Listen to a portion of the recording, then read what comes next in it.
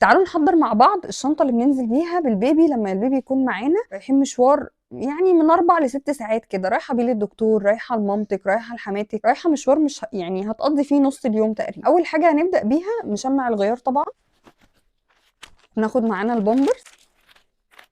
وطبعا احنا قايلين ان الوايبس بتكون معانا للطوارئ، انت بره فمش هتعرفي ان انت تروحي بيه على حوض او كده، فهتحطي الوايبس معاكي.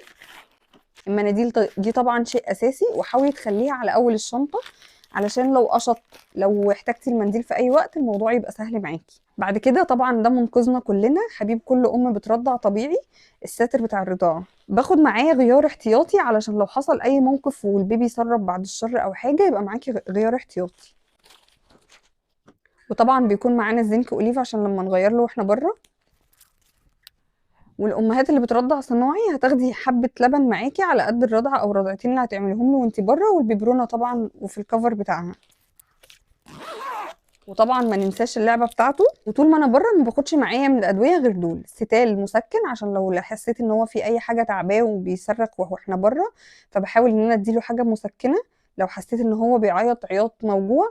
والاوتريفين دي عشان احنا حاليا في شتاء فهم معظم الوقت مناخيرهم بتكون مسدوده، فبحط له بس نقطه هنا ونقطه هنا اسلك معاه الدنيا بس واحنا بره.